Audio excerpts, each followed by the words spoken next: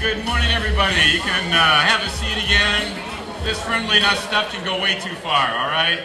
No, glad you're our being community, and we are really pretty spread out here. I know better than to try to get you to move, but we can at least pretend we're closer together, okay? I'm Greg Meyer, pastor at Jacobswell, and it's wonderful to see you all, Jacobswell, today. It is the July 4th weekend, and it's a pretty fabulous one. What do you say? Good job, God.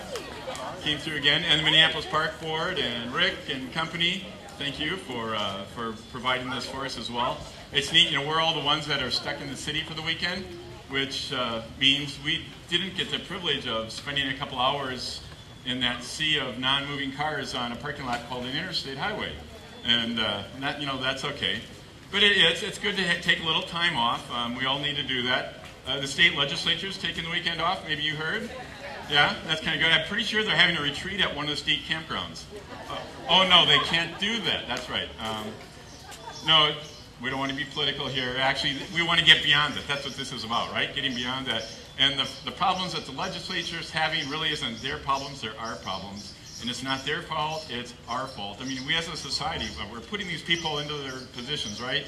We're rewarding them. As much as we like it or don't like it, we're kind of all of us collectively eating the results of the world that we're producing. And I think, that's really kind of what we're talking about today, is that we are kind of building a world where we are out of sync with maybe what we want to be. We're not doing some of those fundamental things that help us stay on track with where we want our world and our own lives to go. And, once you get far enough away from that, it's pretty hard to step back to it. And, maybe really what we all need to do is something that, it's really kind of basic. Maybe we just need to take a couple of deep breaths a little bit more often. How many of you have done that in the last week? I mean, so just sit up in your chair, all right, your seat there, your bench, kind of nice and straight. Get your feet on the ground, all right? Take a nice deep breath and center yourself. Take a nice deep breath through your nose. Hold it just a second. Blow it out through your lips. One more time, right? Take a nice deep breath.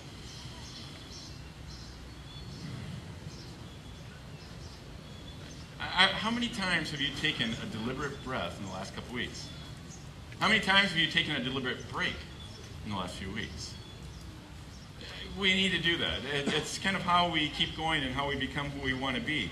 So how does it happen? How does the state legislator get stuck where it is? How do we get stuck in all of our busyness? And I think it is simply that, is that we get so busy with what we're doing that we forget about who we are, and we need something to remind us about that. And that is exactly what I want to talk about today. That's exactly about what this month of Pause, Listen, and Learn is all about.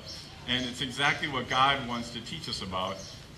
So God sort of starts out with this message. You're familiar with the Ten Commandments. We're working on boiling it down to 7. You get to choose your favorites. No. But the Ten Commandments, and so Moses goes up to Mount Sinai. He gets the tablets. You probably remember Charlton Heston doing this, okay? And he gets the Ten Commandments, and one of them, God is telling him about it. One of them is this. He says, remember the Sabbath day and keep it holy. 6 days you shall labor and do all your work, but the 7th day is a Sabbath to the Lord your God. You shall not do any work, you, your son or your daughter, your male or your female slave, your livestock, or the alien resident in your home, in your towns. For in the 6 days the Lord made heaven and earth, the sea, and all that is in them, but rested on the 7th. Therefore the Lord blessed the Sabbath day and consecrated it. Now, most of us say, yeah, Jewish people do that. That's old stuff. I don't really get it. It's kind of weird. But I think there's something here that we need to talk about. And I think it's something that we all know that we need to talk about. So what is Sabbath? Let me unpack a few things here. First of all, God says the Sabbath is holy. Now, again, that's a word that we have trouble with. What does that mean? That just means it's like hard to relate to and weird and strange people do it. No.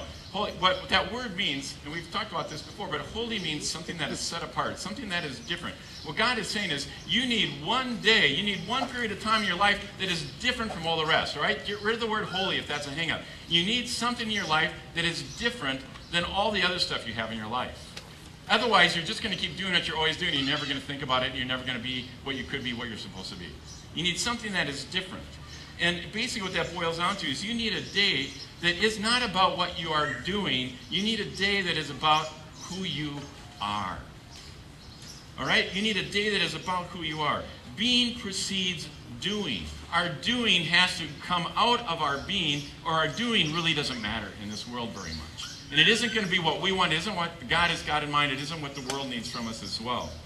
Now, a big thing to understand about this is that Sabbath then, when God gave this Sabbath, this was not an order. It isn't an order. It is the order of things. Do you get what I mean? God wasn't giving us a rule and saying, you've got to do this or I'm going to be unhappy with you. God is saying, no, you really, really need this. I made the world this way, and it's not going to work if you don't do it, okay? This is just, it's part of how I put all this together for you. So, you know, it isn't a rule. It's a gift to us. Exodus chapter 20 again. God says, this isn't just for you, the head of the household, the important person here. This is also for your kids. It's for your whole family, for your household. In fact, it's even for your slaves or your servants. Now, these slaves and servants weren't Jewish, probably. I mean, we know they weren't, all right? And then he says, not only for your slaves and your servants, he says, also true for those alien workers in your town, you need to give them a Sabbath as well. Now, God is saying in that is that your doings aren't really, really important, and I'm going to give you a day's break, and you go make someone else do it, make your slaves do it, make those other people, those immigrant workers, make them work for you and cover all your doings. He says, no, your doings are really not that important. If you think you need to be the manager of the universe 24/7 and the whole thing's going to go pot, if you're not on all the time, you're wrong. Your doings are good stuff. They have their own element of importance, but they're not that important.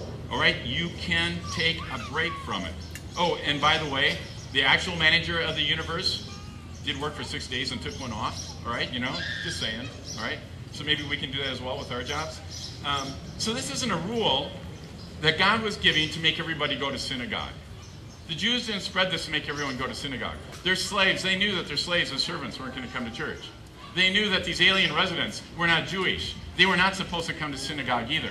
God wasn't trying to prop up a religious order. God is saying, this is something everybody needs in their life. In fact, it becomes really, really clear if you keep following some more of this and reading on. It says, it isn't only true for people, it's also true for livestock. There's a day when your animals aren't supposed to be working on the fields. In fact, it even goes, if you read on about Sabbath in the book of Nehemiah, I see some skeptical eyes. I didn't make that up. There is a book of Nehemiah. Yeah, you should read it. It's also true about the land. The land needs a Sabbath. We call that letting fields go fallow. We don't do that anymore. We just pump more chemicals into them, and they can keep producing anyway. It's kind of like you're drinking that energy drink at 3 o'clock in the afternoon to keep pushing on a little bit longer. Yeah, I've done that too. That is not God's idea. God doesn't want us to have to do it that way. In fact, the Sabbath even extends over collecting debts. It says on the 7th year, debts were collected year by year in those days. On the 7th year, don't collect your debts. Last time I preached about that, I got an email the next day from the CEO of General Motors and Goldman Sachs.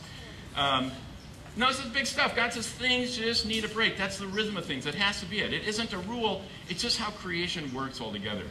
Now, Jesus got in trouble with the Sabbath all the time. If you know the stories from the Gospels, half of his conflicts with the powers that be were over what he did on Sabbath and the people not approving it.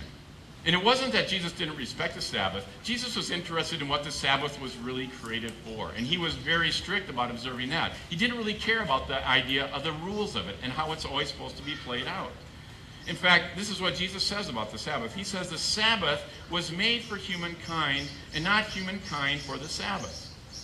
Now, you get that? What Jesus is saying is that God didn't say, oh, by the way, human beings, I made this rule called the Sabbath, which means, 1 day a week you're not supposed to work. And whether you like it or not, whether it works or it gets in your way, I really don't care. I want you to do that.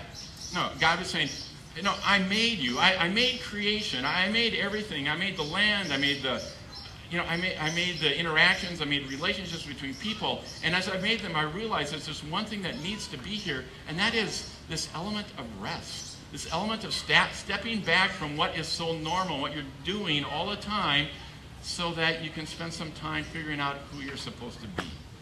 And so you can be healthy. And so you can do that again. Did you know that you can't keep working without ever resting? Yeah, I think you did. You know how to find your pulse? Everybody find your pulse. For me, it's easiest on my wrist, right? Just underneath your thumb, kind of close to that little bone there on the edge. Or some people like to do it on the neck. Find your pulse. When's the last time you maybe even stopped to think about the fact that your heart's keeping you alive all the time? Now, since you were born, unless you're a very unusual case, your heart has never stopped working. But your heart is resting all the time.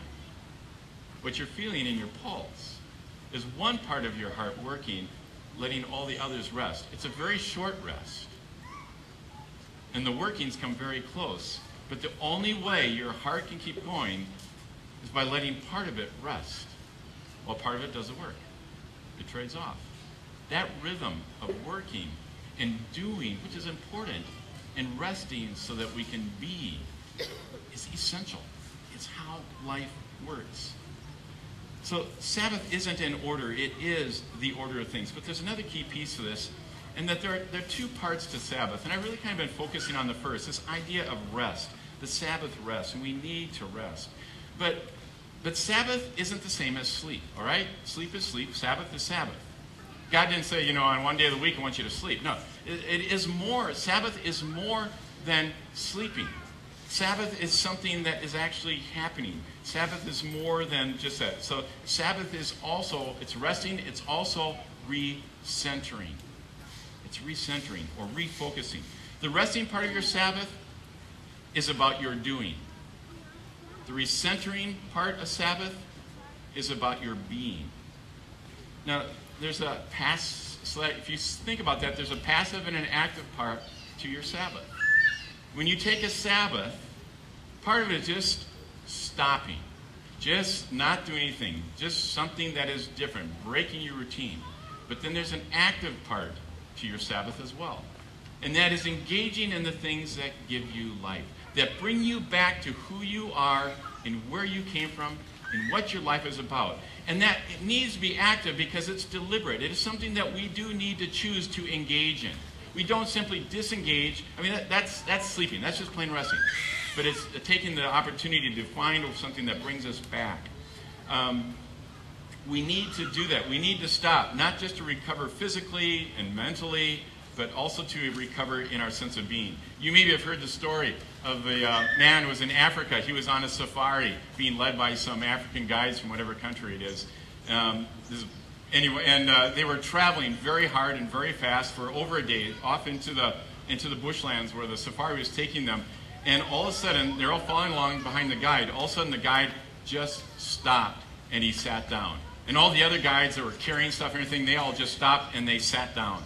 And the guy who was on the safari, was daunted, so he's looking around. Oh, animals or what? No, nothing. You can't see anything. So he goes up to the guy and says, "Why did we stop?" He says, "Is this where we wanted to go?" And the guy says, "No, not necessarily." "Well, are we all worn out?" "No, not necessarily." "Is this where we want to spend the night?" The guy looks around. "No, I don't think we want to spend the night here." "Then why did we stop?" And the guy looks at him. "We stopped so that our souls can catch up with our bodies." Wow. Do you need to do that? Do you need to stop so your soul can catch up with your body? No. Okay, so the rest of you, yes. I do. I need to do it regularly. I need to do it a lot of times. And it isn't just about our body, our needing to rest from what we're doing. It's about our soul. It's about feeding our being. God is big on this. That need to rest so that we can recenter is important. It's how we maintain our relationship with God. God says, "I need you to check in with me." All right, when you're busy doing, you don't do it very well. Okay, back to those 10 commandments. So this is one of the commandments. Remember the Sabbath day and keep it holy. And what's interesting is this is the third or the fourth commandment, depending, different people number them differently. But it's like right at the beginning of the commandments. It's before the commandments, and I would assume, I think if you look at the commandments, there's sort of an order to them. Some of them precede others. They sort of depend on each other. So this order, this command to remember the Sabbath and keep it holy comes before other commands like lying, stealing, adultery, murder. Things that, unless you're on South Park, you wouldn't even consider doing. But the Sabbath, which comes before it, we disregard that without even considering it. It doesn't matter whether we think we have a relationship with God, whether we think we're being spiritual or not. We just tromp all over the Sabbath, while those things that come later in the list, those are supposed to be in the Bible. Those, I'm not going to go there. And God says, no. This idea of stopping, pausing, resting, and recentering is so essential because, one, you aren't going to be able to do those other things or keep those other commandments. You're certainly not going to keep them within the spirit of which I gave them to you unless you're doing this first. It's so essential to who you are and who you are. If you're burning the candle at both ends all the time in your life, you're probably not as bright as you think you are. And that's just something we need to get at. So if we're not recentering, if we're not coming in to check in and see how we're doing, I don't know if we know exactly with our God, where we are with God. And I don't know that we're really writing the script for our lives that we're going to end up having to write out that we actually want to have or not. And it isn't about the rule. It isn't about, well, you got to take this day off. No, it's about what God is talking about. And in fact, I think it's kind of interesting. The Muslims, their Sabbath, their day is Friday, right? And the Jewish have Saturday, and Christians have Sunday. And that's one of the reasons we talk about being very open and tolerant of other faiths. I'm kind of figuring if I play my cards right, I can get 3-day weekends all the time. But but the point is, it isn't Friday, it isn't Saturday, it isn't Sunday. It's do you have a Sabbath? Are you resting, and are you recentering? I think there's 3 places we need to apply this. Okay, one is annual. We need an annual Sabbath. In American English, we call that a vacation. You need a time when you just stop all your doings and you do something different, all right? That allows you to rest and to recenter. We also need a weekly Sabbath. You need a day off, all right? A day off. Not just a day you don't go to work. You need a day off from all your doings. Both of those, we're pretty good. A lot of us are pretty good at taking vacations. We're pretty good at taking days off, and all we do is rest. Or maybe we just get busy with different doings that we couldn't fit in when we were doing our other jobs. But God says, 1, you need to rest. 2, you need to recenter. 1, you need that passive piece where you just let yourself recuperate. But 2, you also need to make sure that you are using that day, that Sabbath, to recenter. What are you doing to make that day be life-giving? What are you doing with that day to help you remember who you are, who you have called to be, and how you can possibly do it, and who it is that you need to be connected to in order to be that person? That's what that's about. The third piece is a daily Sabbath. Those are pauses. We need pauses in our life where we take that breath, where we stop and check our heart. And you can do these things anytime, at any place. Take your hands, cup one hand like this, cup the other hand over it so you have like an empty ball in there. All right? I have literally sat at a table at a time when the world was rushing over me so fast I couldn't stand it anymore, and I made this little empty space, knowing that there's one part of my life that isn't full. It's empty, and I can decide what's going to be in it. All right? This is a symbol of I can claim something in my life. Something about Sabbaths. You have to plan them. You have to plan vacations. You have to plan days off. It's good to plan some breaks in your day, maybe 7 minutes at 7 a.m. and 7 minutes at 7 p.m. when you spend some time with God. But you also have to claim them. There are times when you're driving down the highway and it is crazy and you're stuck in traffic and you say, hey, look at this isn't frustrating. This is a Sabbath. I have time, but I can just sort of sit. And as Rick Gentry always says, you can turn on, radio, Serenity Radio. That's when you turn the volume knob to the left, and it goes off, all right? And you just are there with yourself and with God. So our annual Sabbath, vacation, our weekly Sabbath, a day off, a daily Sabbath, those pauses, and we plan them and we claim them. Without these 2 strategies, you're not going to be able to do it very well. God isn't going to be able to find those opportunities. I mean, God will break into your life. God is going to find ways to make you rest. And if you refuse to do it, if you always push and you're not willing to let it work with God, you may find that rest that God gives you is in a hospital room. Or it's in a tragedy when the world is stopped for you. Don't make life have to bring you your Sabbath that way. Work with God. Let it happen. And this is true for us as an organization as well as any organization, as well as individuals. So we are starting as Jacob's Well a month that we're calling Pause, Listen, and Learn. And I'm not going to spend a lot of time talking about this because hopefully those who are attached to the community know a fair amount about it already. But we're using the month of July to stop, to pause in all the wheels that we're busy turning all the time, all of our doings, so that we can really think about our beings. We're going to be 5 years old here, and we want to be the church that God calls us to be, not just the church that we've learned how to do. All right? Because we know that it's always evolving, and wherever we have grown to, whatever we are doing well or not as well as we could be, from here we can see the next version of Jacob's Well that God wants to show us better. So we're going to stop all of our doings in order to figure that out, at least get a better shot at it.